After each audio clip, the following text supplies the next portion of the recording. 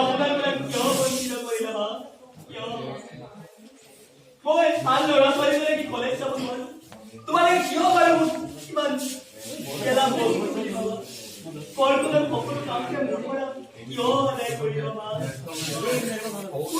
মায়ে ধ্যান তুমি প্ৰকৃত মৰম তোমাৰ পৰা কিয় নেপালো মা? কিয় জানিব বিচাৰিছ? কওকচোন।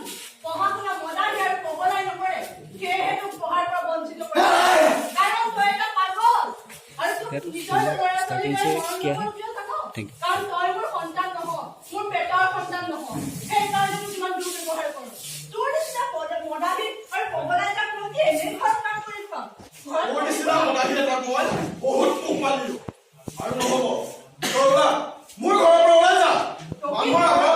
মানুহৰ আগত মোৰো এটা ষ্টেটাছ আছে।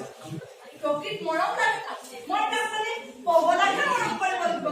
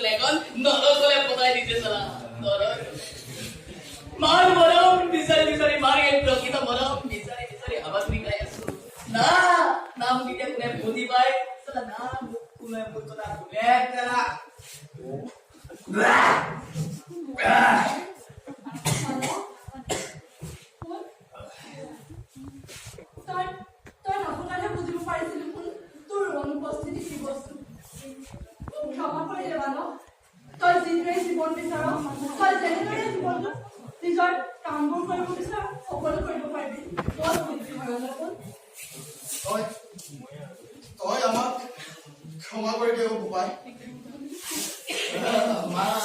দেউতা তোমাৰ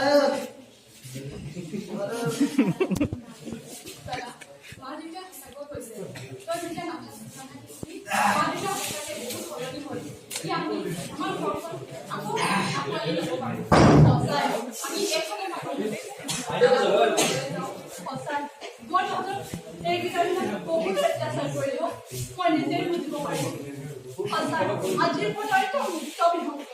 তই নিজে বিচৰা ধৰণে তোৰ জীৱনটো সজাই ল'ব পাৰিবি। তই এটা নতুন মানৱ কোন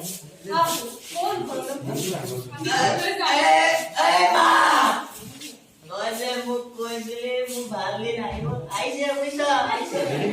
আহিছে